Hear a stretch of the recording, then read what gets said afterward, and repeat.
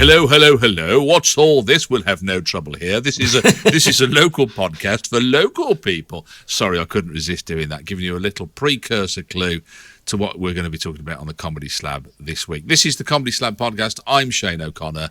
He is Adrian Lacey. We are like Tubbs and... What was the other one called? I can't remember what the character was called now. In the shop. In the shop, yeah.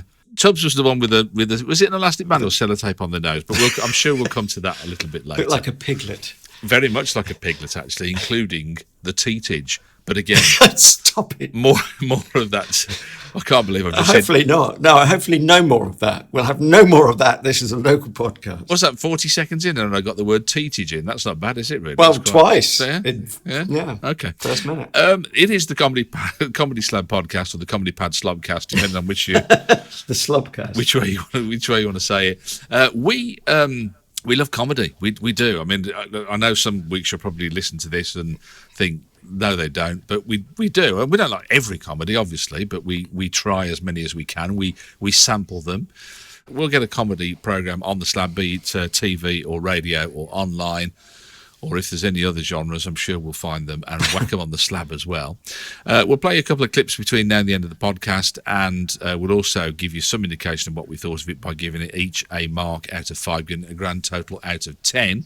And we choose alternately, and it was my turn to choose last week, and I chose, as you probably no doubt gathered by this is a local podcast for local people, The League of Gentlemen.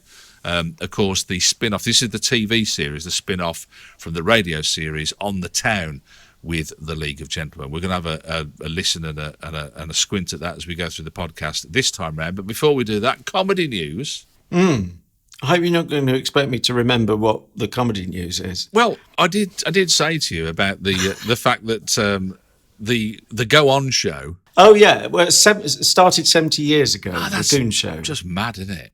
Do you think it's a bit of a Marmite thing at this distance? To me, there's all of these kind of things. Like there's the Goon Show, and the Round the Horn. I think was a kind of later spin-off of that kind of format, wasn't it? You know, the kind of sketches and bit of a musical interlude and all that sort of stuff. I think you have to kiss a lot of frogs, don't you, really, to find the princes amongst the episodes. I think, but isn't it always like that? It's like they always go on about Monty Python and how brilliant it was, and then you watch some of it and you think, oh, it's awful. Spike Milligan, do you remember his Q series of programs that he did? I remember loving them, and I looked back at them, and I probably agree that it wasn't solid gold. But I think they've lasted well because they're so surreal, so far out that you can't ever fully understand them. Isn't that the point at which it goes round the back of itself, though? Then because like it's got, and up its own fundament. Oh, exactly. It's gone right round the back, and you kind of think, well, it's now so surreal that it has no contextual meaning anymore, and so therefore, is it funny? I don't know. It's just surreal. It might be like the two alligators in the Limpopo River.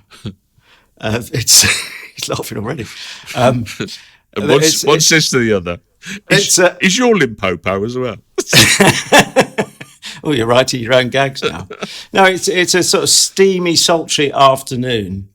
And so the mist is rising off the surface of the water. And then you've got, I was going to say cicadas. That's probably the wrong part of the world. Don't take this all too literally. But anyway, you know, mozzies buzzing around, no doubt. And so they're the two alligators just dozing in the afternoon heat. And then one opens one eye and says to the other, I keep thinking it's Thursday. You know, see, that is surreal. You weren't sure. Yeah. Do I laugh or don't I? Yeah. I laughed like a drain when I heard that. It's so ridiculous. But there's something to it. It's, you know, never mind the fact they talk to each other. They're keeping a track of which day of the week it is. Yeah. I love that, but that is a Marmite joke. I had someone sit there even more quietly than you and say to themselves, but sort of out loud, is that funny? And of course, if you have to ask yourself if this joke's funny, you've missed the bus, haven't you? You haven't laughed. To you, it isn't funny then, yeah. I mean, I don't see the surrealism, and there's just not, there's comedy that's not funny, or that isn't. It's like you say, is if it's funny to you and it's not funny to me, it's like if a tree falls in the woods, there's no one there. So you know what I mean? It's that kind of thing, isn't it? Is if you laugh and I don't, or I laugh and you don't, does that make it any less? It just means that we have different tastes in comedy, but not necessarily that it's not funny. I think the interesting thing that they say about the Goons 70 years later, and they always do this, is that it's given so much. You know, this is where it all started. But of course, if you go back even further to the Crazy Gang, people would say, well, actually, that's where it all started. And then people will go, well, actually, no, if you go back to it goes back to vaudeville Yeah. or to a bunch of actors on the village green, before broadcasting and film and everything. Well, I mean, I don't get too het up about it. I find it interesting. But do we think Monty Python would be Monty Python without the Goons? Would they have got there anyway? Is it unknowable? I'm not. See, this is, and we do the same. I mean, we're guilty of this, and I can understand why people do it. Is that you try and draw parallels, you try and draw lines between, okay, this comedy and that comedy. I know you can see that they've actually borrowed from there, and they like this, whatever. I do think that if you're an artist and you're a creative artist, as comedians are, that there is a big part of you that wants to do something that is unique and of you. So the idea that all comedians end up going, oh yeah, I'm going to do something like Monty Python, then, do you know what I mean? It's that. But they might say, I want to do something as big and as influential as Monty Python, which of course is a different thing. Yeah, they can overlap, but they don't have to, do they? No, I mean, in the same way that then any comedy that is now set in any comedy in the future that is now set in an office will be likened to The Office, or any comedy that was set in the Second World. Do you know what I mean? And you kind of say, well, okay, if the premise is the same, then therefore the comedy will be the same. But then you look at comedies that look at, I don't know, The Family is quite a. There's My Family, for example, and Outnumbered, both really the same kind of thing. And Lee Mack's now he's not going out into a similar kind of thing about a family as well. They're three very different vehicles, aren't they? But so do you say, oh, well, actually, they were trying to be like that, or they were trying to be like this, or were they trying to be unique? Excuse me. I think they're just get yourself a glass of water or a glass of purple. Can I just apologise for the throat actually this week, because I sat out in the sun for about 8 minutes, and I think I've gone delirious because I've not seen it for about 9 months. And Has it dried your throat? It's made me ill, I think. Yeah, it's funny you should say 8 minutes. Do you know that's exactly the amount of time it takes the rays to get from the sun to us? So the sun might have failed as we speak, because the time of year it is still light as we speak. Yeah. And we wouldn't know for 8 minutes. We sit here carrying on, gassing away, and actually the world's about to end because there's no energy left. Blimey, that's a bit of a worry. Don't want to worry you. Should we carry on, or should we just sit here for 8 minutes and just... Well, the trouble is, when you've sat through 8 minutes, you want to wait another 8 minutes, don't you? So, no, let's plough on with the show. That's the trouble with 8 minutes, and as soon as you've had 8 minutes, you want another 8 minutes. Yeah. Insubstantial minutes. Yeah. The one thing, there was some lovely... If you want to go and have a look at shortle.co.uk, they've written a lovely article on there about the Goons. And there's some lovely... which is where the phrase, apparently one elderly BBC executive, having seen the script, said, "Tell me more about the Go On show." Maybe it was a typo, though, to be fair to them. There might have been a rogue space between the two O's. Yeah, perhaps. Yeah, it's all typewriter, though, in those days, wasn't it? So it's a distinct possibility. One of the things that they mentioned, though, is Michael Benteen quitting at the end of the second series. And we were just talking about this before we started recording, and I said to you, did you ever see Potty Time? And I most certainly did. Yeah. What did you make of that as a kid? I loved it. I mean, if you think of it, those people who've seen it, if you replay it in your head, you'll realise how cheap it was. Let me give an illustration for someone who's either forgotten or never seen it. You would have these invisible armies. Do you remember them? I do, yeah. You just see the footprints in the sand. Yeah, you just see the footprints. And now all you've got to do in sand, presumably, is just pull some, maybe it's not as easy as I think it is, but just pull some rods out underneath this fairly, shall we say, basic certainly by today's, video game standards. This is a fairly basic setup model. But of course, that's sort of leaving the children to have lots of the young viewers to use their imagination, isn't it? Yeah. We don't want it to sound too ancient, but I think that particular ship has sailed. But it's very tempting to go on to say, kids today, they don't have to imagine anything, do they? But that was Wogan's thing about, radio expands the imagination and TV contracts it. And video games takes it up a notch, I guess. Really good ones, good graphics mean less and less imagination, don't they? It's amazing, isn't it, really? Anyway, talking about imaginary worlds, should we head off to Royston Vasey before we do anything else? It's as real as any place on earth to me, but yes, let's do that. Well, it's, both of us, we worked together. I mean, where we met in Derby. And of course, Royston Vasey was filmed in Hadfield. High Peaks, is it? Derbyshire? Yeah, it's right up heading you nearly in Manchester, Greater Manchester, certainly in that kind of neck of the woods. But yeah, and I actually looked on Google Earth and the statue that you see at the start of each episode is there. It doesn't exist, does it? Yeah, it's there proudly on the corner. Yeah, it's you sure amazing. It wasn't put up after the show as local pride? For local people, no, I don't think so. No.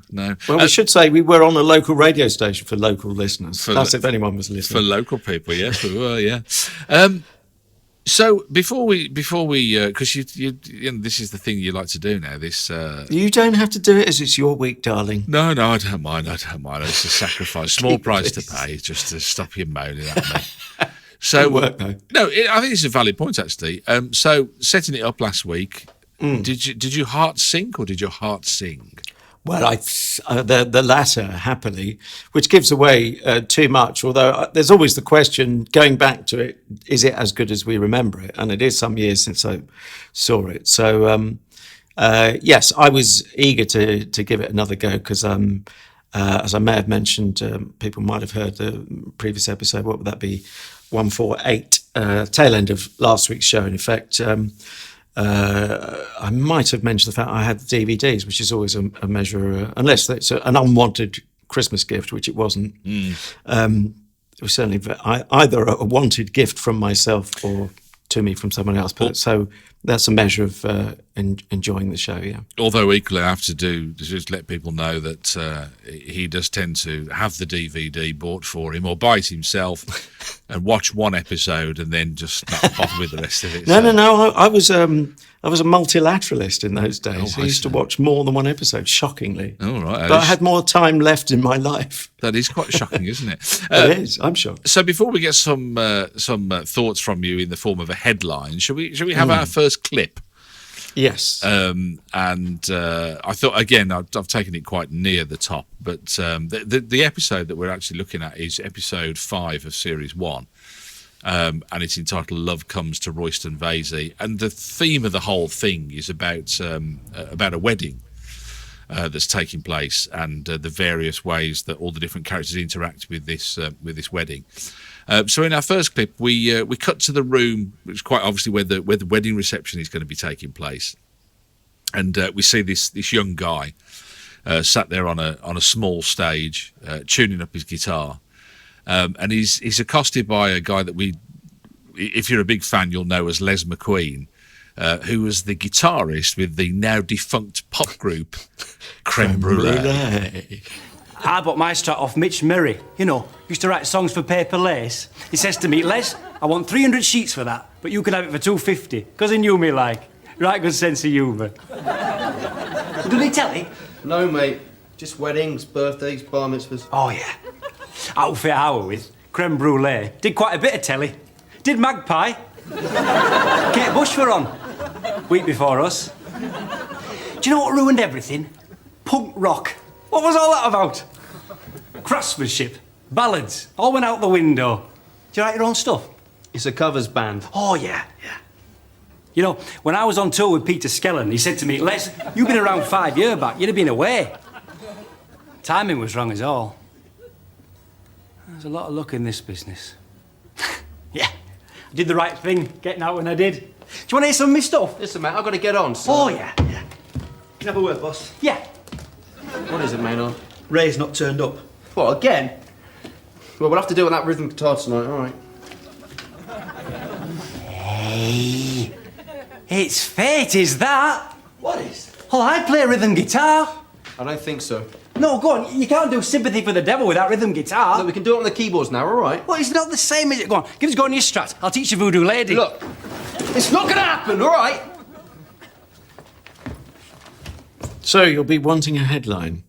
You'll be after a headline now, will you? Yes, You please. will. The old headline. The old headline. It's not fantastically original, but it says what I want to say, which is in a league of their own. Oh, I like it. I like How's it. that? Yeah, yeah. Which is, of course, how I feel about it. And it's interesting talking about this off the back of talking about the Goons. Obviously, what they have in common is being somewhat surreal. You might say the League of Gentlemen, on balance, have got their feet perhaps more on planet Earth. I'm not sure. Would you say that? It feels that way to me. I mean, they've grounded it somewhere, haven't they? Yeah, it's like a kind of brutal reality. It's brutalist, isn't it? I think. In terms It is quite brutal. Yeah. and even the episode we watched wasn't that dark, but it had a lot of darkness to it. I think it got darker as the series went on. Really, Had it kept its luster for you? Assuming you, as sounds to be the case, you chose it. Enjoy it? Yeah.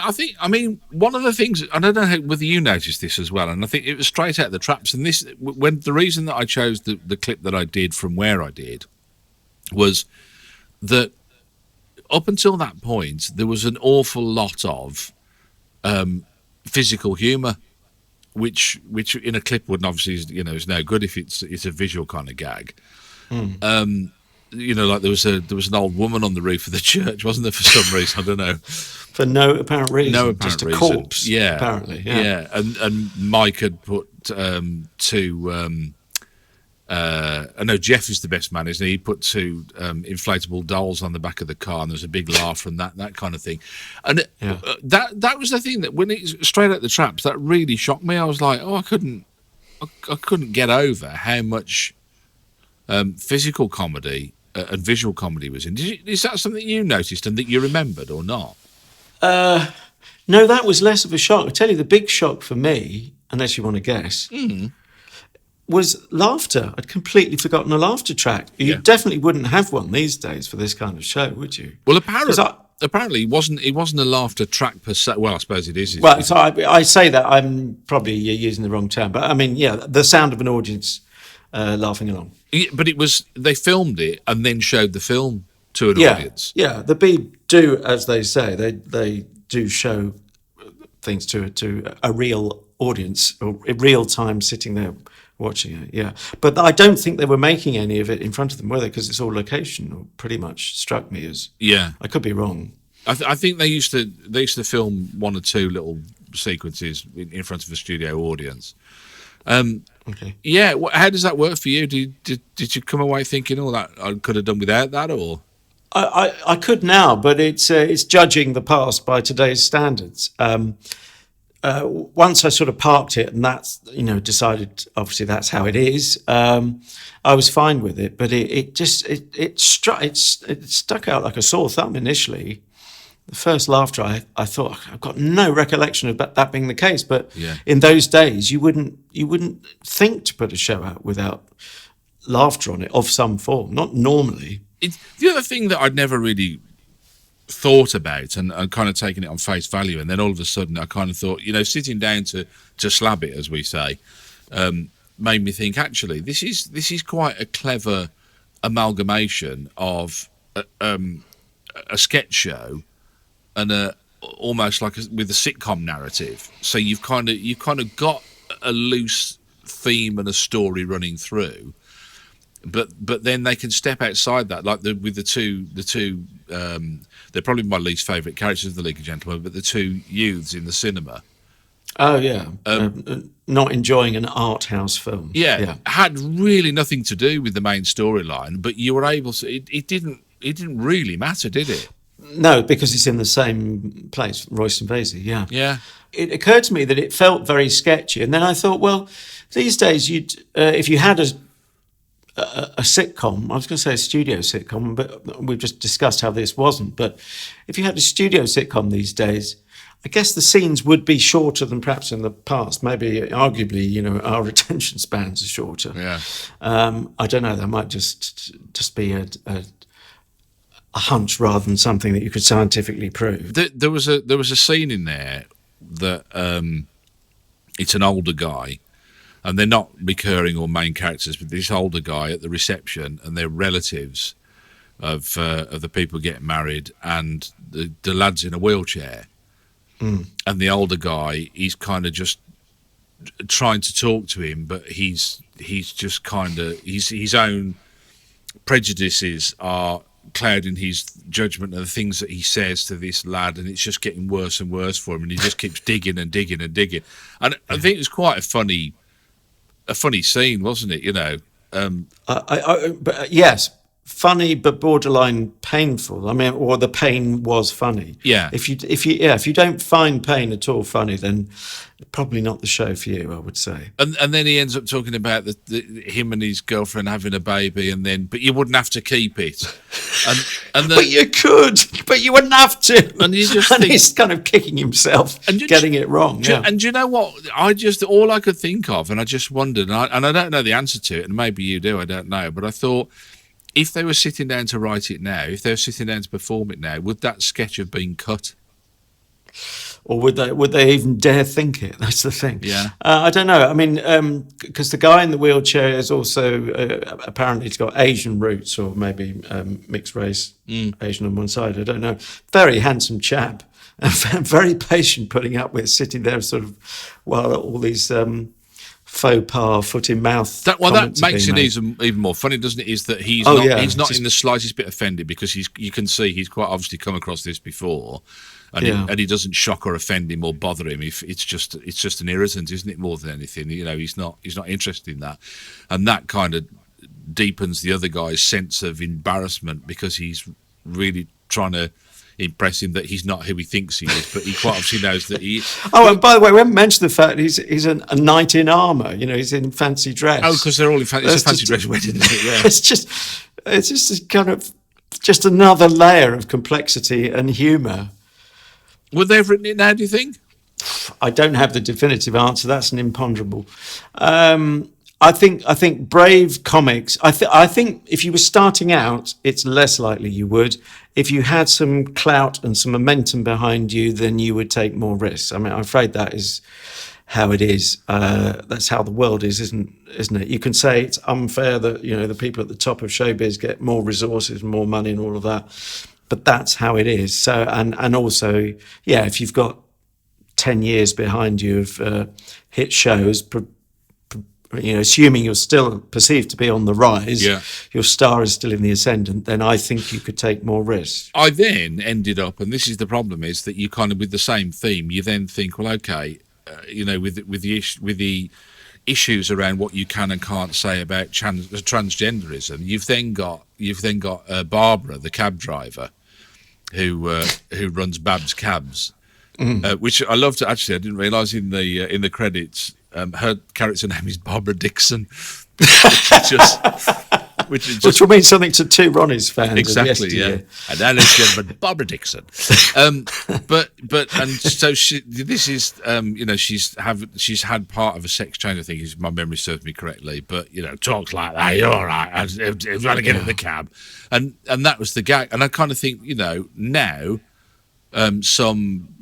20 years later since this was made, would that have made, you're starting to dwindle the amount of topics and things that you can talk about safely, aren't you, I guess? I think there's more awareness that you might have license if you come from within that community. I mean, you might argue it's been the case for some time that you can tell Jewish jokes if you're from a Jewish background. Isn't it just a sort of working out of that similar principle? I guess. I mean, it's really weird, isn't it? Because it's not. The more I look at this, the more it feels like a roller coaster of many emotions in terms of comedy. So you kind of think, oh, this is, you go at the top and you think, oh, this is quite sophisticated comedy.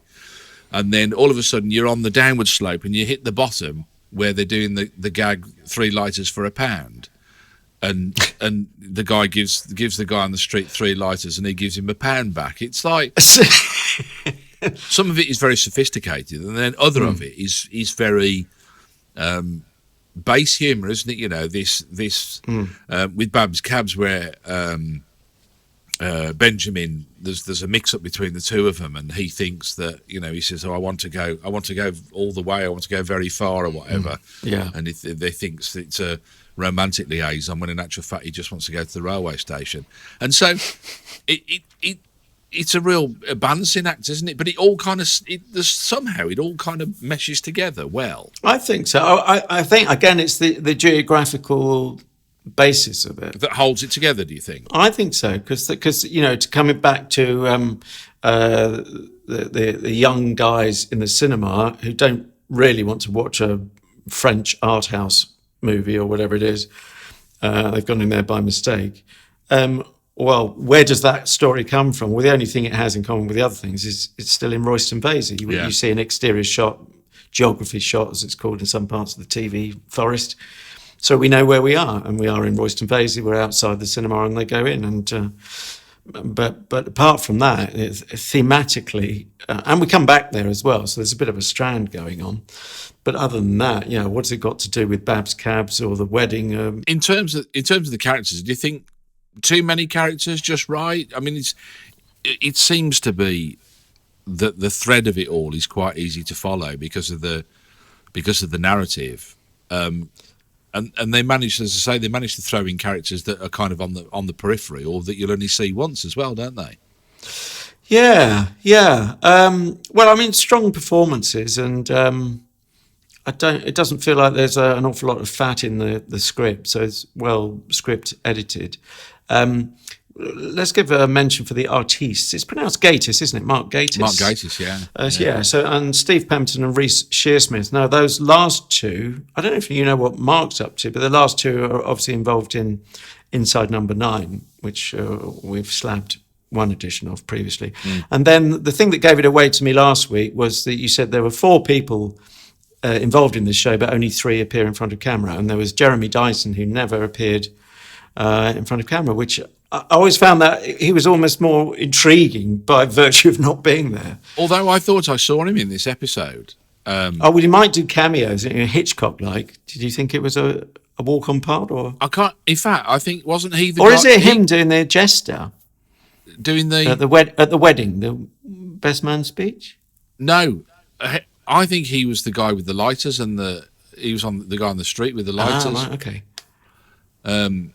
I'm sure that was him. I'd have to go back and have a look just to see. Yeah, I mean, Mark Gatiss, I know, is a huge fan of the macabre. He loves horror and, you know, the Hammer stuff and all that kind of. I think he's done documentaries for the BBC about, you know, his love of the genre and all that kind of stuff. And I think a lot of the darkness comes from him.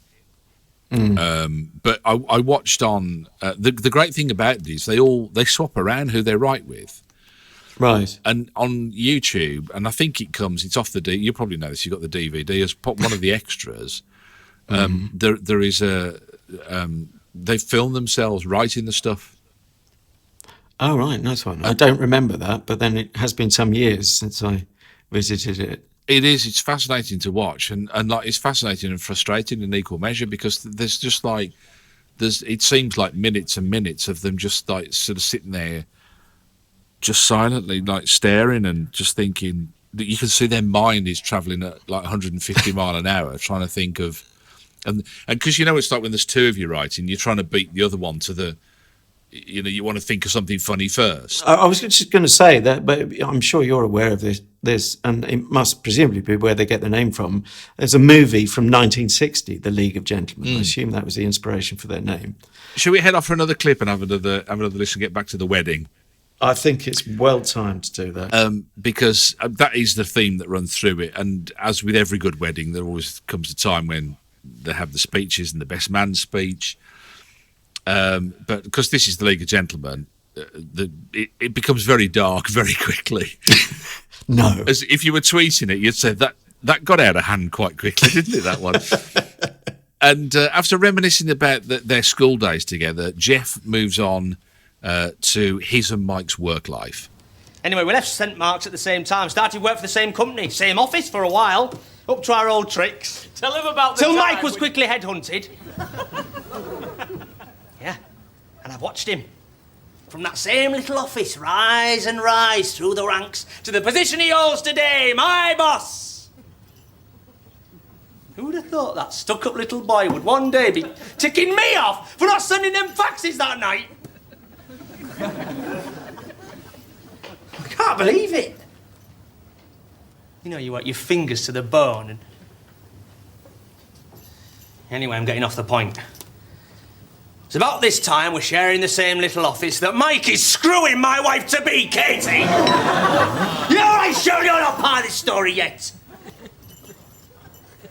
Always hear that things finally go in my favour for a change, ladies and gentlemen.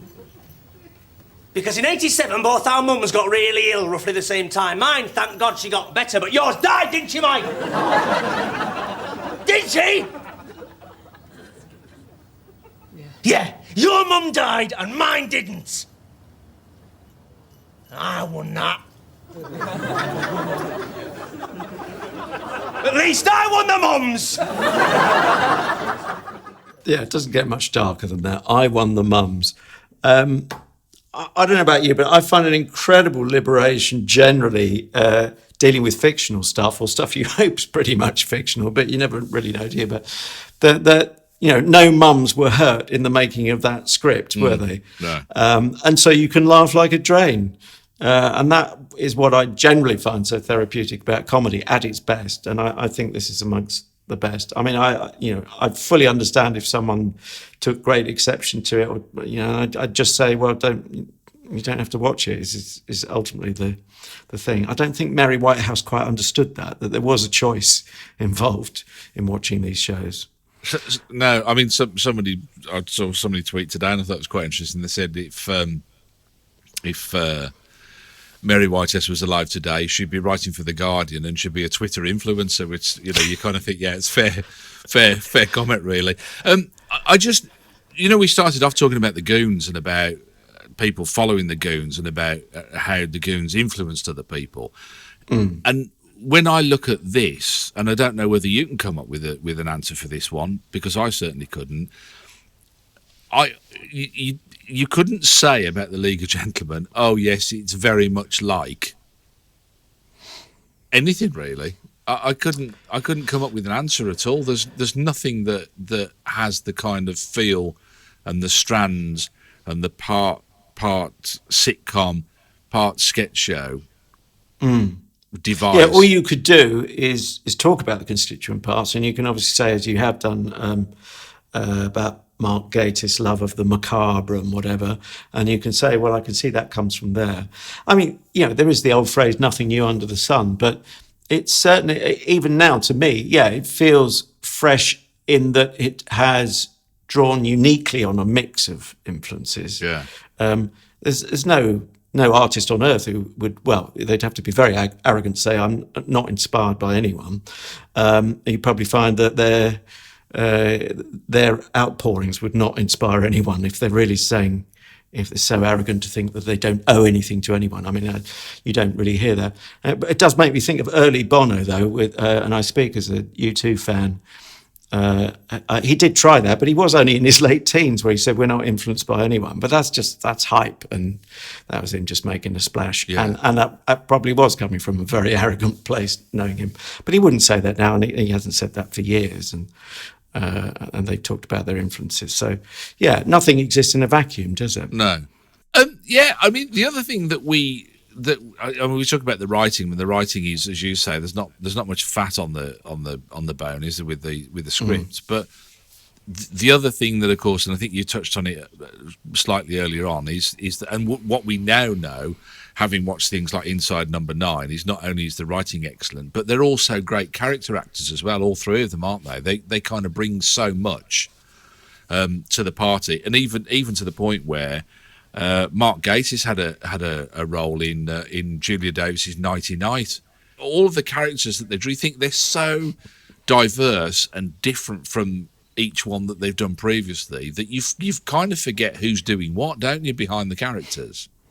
Sometimes you want to forget, although I couldn't forget the opening shot. I can't remember which episode it was, but this is probably when I was dusting off the DVD some time back. Opening shot of two of the cast, one of whom is Mark, close up on their faces on a train. So at least you can hear the train, you see a bit out the window. Pull out to reveal he's female and naked.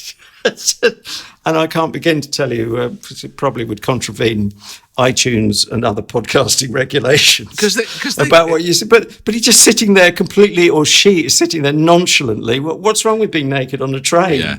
Yeah. Where'd you go with that? And they used to use these incredible bodysuits as well, didn't they? Like the makeup was amazing. And we're talking about the Tubbs character, that kind of that elastic band kind of sellotape thing. I don't really quite know what it is to make the nose turn up like that. It's a very simplistic device, and you would think that, you know, if you sit down in a script meeting and you talk about it, you go, right, okay, how are we going to achieve this weird look? Well, what we're going to do is we're going to put a bit of sellotape on the nose like that, and it'll lift the lip and all that. And you think, we have got a budget for this, you know. We can use something else, you know. It's like we're not doing it on a shoestring.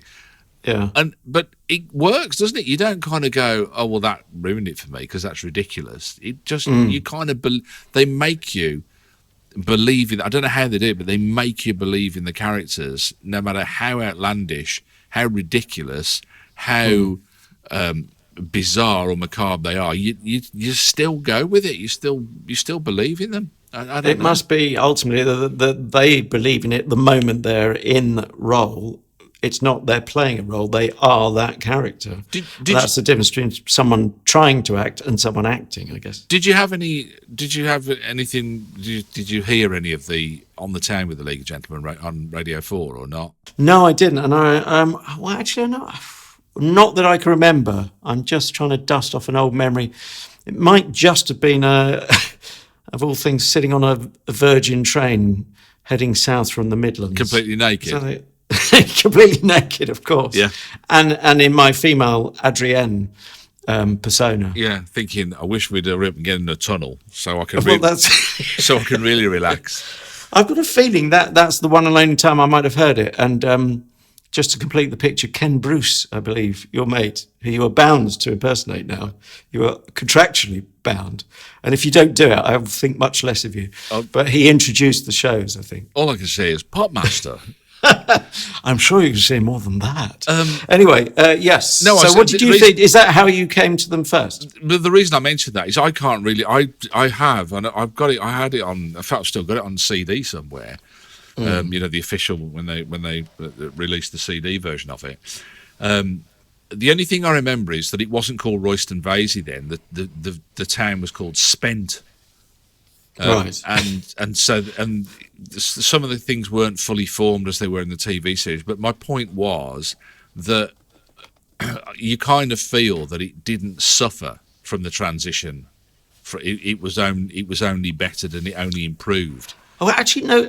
But wasn't it the case that it was even more sketchy? It's vaguely coming back to me. I think it was. Yeah, there wasn't so much of a narrative running through it, was there? I think. Yeah, that's yes, I have heard it, and yeah, it's an interesting thing. But you know, if you're going to go back to the roots of a show, I suppose you can't then complain it's not as sophisticated and not as fully formed, because it literally isn't, I suppose. No, and it's not always the case that, and I know we've talked about this before, it's not always the case that it can go from radio to TV, and if they don't do it the same, and I'm just thinking of Count Arthur Strong when I talk about this, if we don't do it the same, then it kind of ruins it. It's not always the case that it will ruin it, is there? You can actually develop it, take it on, change it, morph it, and it will still work in its own right as its own entity.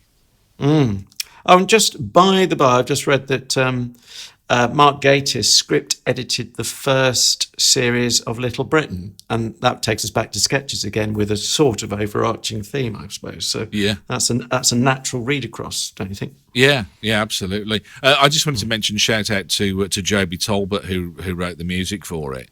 I was going to say, yes. I'm so glad you've prompted me.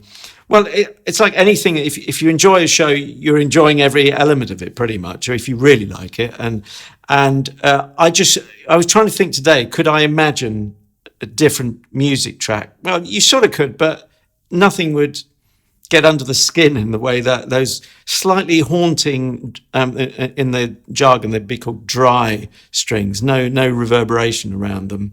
So, and there's something haunting about that, don't you find? Those strings. Yeah. I mean, it's beautiful. I didn't know much about Joby and his work, but he, in later years, apparently worked with Neil Hannon from Divine Comedy, who, of course, wrote, IT Crowd and Father Ted theme tunes and all that sort of stuff. So they kind there's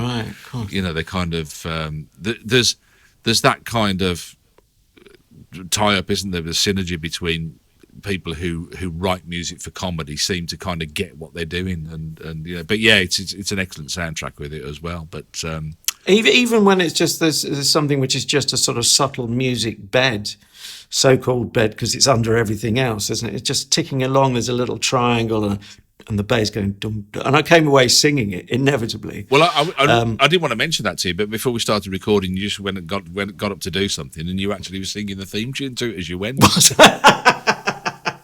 I don't even know I'm doing it half the time. That's how pervasive it is, yeah. So I'm very annoying to live with, as anyone who has suffered that fate can confirm.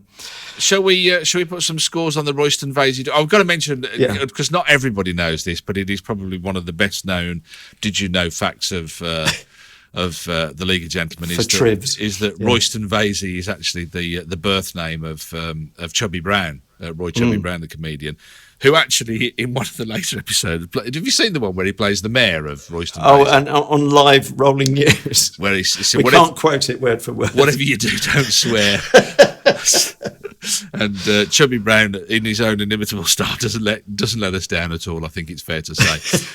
So, is it whose turn is it to go first? I will volunteer rather than spend ages arguing about whose turn it is. Okay. Because I know I'm going to have to get there, and also I decided quite early on. Actually, unlike me, I have actually thought this one through. So I'm going straight for a 4 out of 5. So that's 80%, which is not a bad exam score. Oh wow! Well, I have to say, I think. Do you know, very often we get comedies that come along who you would put into the, your own personal pantheon of comedy, as it were. And this is one that, if I was stranded on a desert island, I needed to have a comedy. Then I would definitely go with that one. And for me, it's a 4.5 actually. Oh well, I did consider that. I don't know. Yeah. Probably not worth analysing too much because I've gone with my gut, but it's very close to being 4.5. I don't know. It's because I'm a miserable old so and I always like to leave myself a bit of room, bit of wriggle room there. But yeah, even so, an 8.5 out of 10 for the League of Gentlemen. Talking about desert islands, I saw a lovely tweet the other day. Which I thought I must share with you. I loved it. They were talking about, I can't remember who it was. They said that somebody was so boring. He said, if I was stranded on a desert island with them and a packet of biscuits, he said, I'd eat them and talk to the packet of biscuits. Anyway, so that's the League of Gentlemen, and we put a link in because it is all available on the BBC's iPlayer. If you want to go along and catch hold of that, then you can if you're in the UK, of course. So for homework for next week, your turn to choose, of course. Okay, anyway, so we're going in at the ground floor, quite simply. Series 1, Episode 1 of Fawlty Towers, which you will find as we speak, on iPlayer also. BBC iPlayer for, a good few months as we record this. All righty. If you've enjoyed this episode of the Comedy Slab, don't forget, as Adrian said, there's 148 behind this one. There'll be 149 come the next one round, and you are welcome to peruse away. Peruse to your heart's content. Have a good peruse. They can't touch you for it. And don't forget, there's a subtext with all of these Comedy Slab podcasts that you got to guess what the theme is, the undercurrent theme that's running through that this week Adrian has been taking care of. If you don't want to play along, obviously just look away from your podcast player now. Cover your ears. But this week's theme was Adrian naked on a train.